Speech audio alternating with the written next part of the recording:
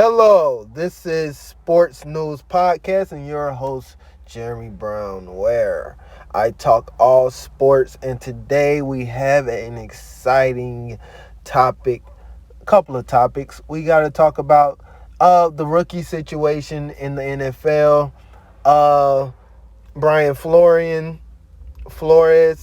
Hugh Jackson, and where he stands in this whole situation. We got to talk about Aaron Rodgers, all of that. Okay? Now, first things first, let's talk about these rookies. The I really think that Trevor Lawrence, he's going to be the standout rookie that bring the Jaguars into a playoff situation. Now, all of these quarterbacks besides Mac Jones don't have the highest upside, so he went to the best team because he don't have the biggest upside. If Mac Jones went to the Jaguars, he would have been put to the side and flushed away very quickly. They threw Trevor Lawrence to the Jaguars because we think Trevor Lawrence can handle that situation. That's not the best quarterback situation over there. But he don't have it as bad as a Zach Wilson or Justin Fields. Now, the Jets, they never developed a good quarterback. They never, ever developed a good quarterback besides Joe Namath. That was the last good quarterback that they had. The rest of them was garbage. Let me tell you how bad the Jets quarterback situation is. In the last 15 to 20 years, the best quarterback that they had was Mark Sanchez. And he was garbage. That's how bad it's been in New York Jets franchise. That's how bad it's been over there. Now the Bears, they're no better, but they're a little more functioning than the Jets are. The Bears actually fired Matt Nagy and hired Matt Eberflus, whoever that is. They say he was the head coordinator on the Colts, but he haven't proven himself because the Colts are still sorry. Andrew Luck had to retire because they was rushing back there too. I don't know if he was over there during the Andrew Luck era, but it was terrible. Justin Fields, actually, he had 7 touchdowns, single-digit touchdowns. He threw for over 1,800 yards, 58 passing rating. That was a very bad season, but he's just a rookie. We can't have this next year. All right, Justin? We just can't have it. Let's look at Zach. Let's see what Zach did. Zach had a pretty similar year. He threw for 9 touchdowns, over 2,000 yards, 2,300 yards. He had a 69 rating with a 55 passer rating. He wasn't too bad. He still threw in his single digits touchdowns. Let's do a little better. Let's see what Trevor Lawrence did. Trevor Lawrence, 59 passer rating, over 3,600 yards with 12 touchdowns. Double-digit touchdowns. He had a passing rating of 71. 12 touchdowns, 17 interceptions, though. I think Trevor Lawrence, let's just pause right here. I think Trevor Lawrence have the highest upside. He's with the Jaguars. They have a pretty decent coaching staff over there. They're trying to win. That's what I'm trying to say. The Jaguars are trying to win at least. But we don't know what the Jets are trying to do or what the Bears are trying to do. We know the Jaguars and the Patriots are trying to win every year. Well, not the Jaguars, but the Patriots are trying to win every year. And Trevor Lawrence didn't do as bad as we all thought from the highlights. He threw for over 3,000 yards. That's the positive. 12 touchdowns. He's in the positive. But the 17 INTs, at least it wasn't 20. Let's see what Mac Jones did. Mac Jones had over...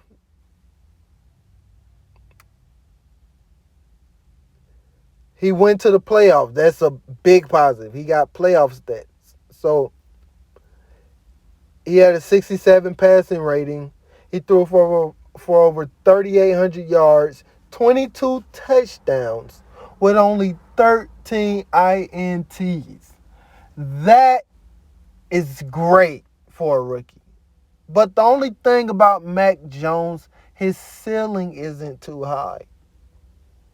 Let's just be quite frank. I don't see anything that's like, oh my God. I see him from these other quarterbacks, but Mac Jones, he's already mature. He's already there. He's a backup quarterback at best. He's a number 2 at best. But he will never be more than just the number 2. He had the best rookie year out of all the quarterbacks, but a Zach Wilson, a Trevor Lawrence, even a Trey Lance. Trey Lance had only 603 yards and 5 touchdowns. He only played 6 games. He went 5-2. 5 touchdowns, 2 INTs. So, Trey Lance, he didn't get to play too much this year. But when he did play, he gave us that feeling like it was a new day. You know? That's what Trey Lance gave us. That feeling that it's a new day. Now, let's get on to the bigger news. Aaron, let me just throw in Aaron. Let me talk about Aaron Rodgers real quick. Aaron Rodgers is not the bad man that everybody says he is. He's a regular season guy, but when it comes to the playoffs, he just don't have it. That's what it seems like. He just don't have it when it comes to the playoffs. And it seems like he's supposed to have like 3 rings by now. He's that good of a player. But all this bickering between coaches and who's not doing what, and he's trying to be the owner / quarterback type player. He wants the respect of a winner, but doesn't win in the pro season. That is, wins in the regular season. He can get you there, but he can't get you there. And that's enough about Aaron Rodgers. Let's talk about this Brian Florian and Hugh Jackson situation and these crooked owners that little by little we keep seeing them unravel more and more, and then looking more and more, how can I say this? It's looking more and more corrupt every time we peel back that curtain. Now, Hugh Jackson came out earlier backing Brian Florian. Because Brian Florian, let me give y'all a little backstory. If y'all don't know, Brian Florian is suing the Miami Dolphins. He's suing the NFL. And he's suing a couple other people. Because they were trying to... The Miami Dolphins, the Miami Dolphins was trying to pay this man $100,000. He claimed that they were trying to pay him $100,000 for each game he lost. And he refused to do that. And on the back end of that, they embarrassed this man by giving him a job interview that they already sealed up and gave to another candidate. And he knew this by Bill Belichick texting the wrong person, congratulating the wrong person on the job that he didn't get. He was congratulating a different Brian. He wasn't congratulating a Brian Florian. Flores, whatever his name is, he wasn't congratulating him. He was trying to congratulate the other guy. But you see how God worked? Shit is getting exposed. I'm sorry. I cursed. Now people are getting exposed. Hugh Jackson just came out like a day or so ago and said the same thing happened to him. That's why, and he just couldn't really figure it out until the end. Now he's at Grambling State trying to get everything, trying to put the pieces back together. Apparently. Now he's at Grambling State trying to put the pieces back together and see where he went wrong. Because he took the money to lose the games. Now he don't have a place in the NFL or the collegiate college football rankings. He had to go to HBCU. No disrespect to the HBCUs because it's a good thing for them. But he couldn't even get a prosperous college team to coach.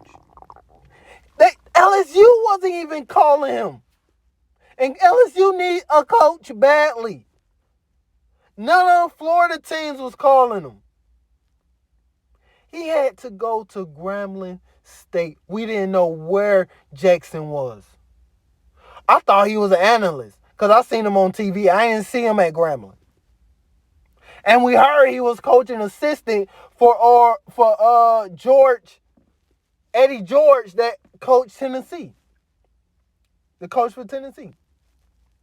Not the Tennessee we know, but the HBCU Tennessee. Hugh Jackson said he didn't know what was going on. Oh, so you didn't know what was going on, Jackson. He didn't know his career would end up at Grambling State. He didn't know that. He thought everybody knew about this because all the owners are in on everything. They talk to each other. But after the Browns got done with him and the Cincinnati Bengals gave him a flare-up job and then threw him away, his resume was in the trash. His record was like 3-33 or something like that. When they looked at his record, the wins was in the single digits, the losses was in the high double digits. And he think he gonna get another NFL job? You think they gonna let him around all of these players knowing his record? That's a record that will get you kicked out of any school. I can't believe HBCU took him in. I thought he was going to have to be coaching high school or something. But that's what you get. He sacrificed his career for the money. And the sad part about that is he probably wouldn't even have a career if he wouldn't have took the money. That's the sad truth. As a black head coach, they hired him to lose games. And it was like killing two birds with one stone. They don't want to hire black coaches anyway. So let's make a black coach that we did hire look bad. So see, that's why we don't hire black coaches. Every black coach, they make them look bad. Besides the Steelers, the Rooney Rule organization. The Rooney Rule organization. He over there, he never had a losing season. That's the standard of the black coach in the NFL. Because once they have a losing season, the organization is looking for a new coach. That's what it seems like. That's the pressure they put on these guys. And when they are being offered money to stink up the joint, $100,000 to stink up the joint and ruin your career, potentially. Hugh Jackson ruined his career. The Browns ruined Hugh Jackson's career. I firmly believe that. I believe that what he was saying was true. That they paid him to lose games. I firmly believe that. Because ain't no way in hell a coach will be walking around here, a black coach at that, will be walking around in these facilities with a record like that as a head coach for that long with a record like that. It don't make any sense. Now, Florian came out. Everybody's parading him around. You go, boy. You did your thing. You did it. But who's going to back Flores? Who's going to back Brian? Who's going to back Brian Flores? Are any of these players going to stand up and say, we just ain't going to play the game? Or are they going to look at it as, what can we do? I can't do nothing. I can just do my job and hope to God something happens. Hope to God something happens to where these owners would change their mind and start hiring black coaches, black offensive coordinators. The players have all the power, but don't know it. They don't know it.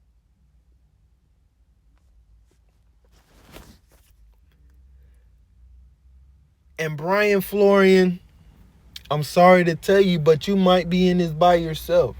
I don't care. Hugh Jackson's situation helps, but he didn't say nothing until you said something. He didn't say nothing for decades. He was on these shows, First Take, Undisputed, all the ESPN, Fox shows, and didn't say anything. He didn't say anything. We wouldn't know nothing. How they treat these black NFL coaches. They don't want a black NFL coach. It was already hard trying to get a black quarterback. It was already hard fighting to be a black quarterback. You think they ain't gonna make you fight to be a black coach? They ain't gonna make you fight to be a black GM? They ain't gonna make you fight to be the black president of that organization? You might as well forget about being the owner in their eyes. But the power lies all into these brainless players that get shot up every game to numb the pain. They get shot up every game to numb the pain. And they can be replaced just like that. That's why they're not saying anything. Now, most of these black players stand up. It's a lot of them going to the Super Bowl. Now, if they say, I'm not going to play this game until this thing right here, this racism in this locker room changes, I don't care about your smiling faces. I don't care how much opportunity you gave me. I don't care about that. Because I'm not moving on to that next position in line. Now, Mike Vrabel, the Tennessee Titans head coach, he went from player to coach. It's very easy for a white guy to go from player to coach, player to GM. Very easy. But a black guy, he got to go through the trenches. And he better have been a great citizen, plus a great player who didn't make no trouble, didn't give no trouble to no organizations. Like a Jerry Rice type player. To even sniff these rooms that holds the power. And that's all I got to say. Y'all like, subscribe, and comment. I'm out.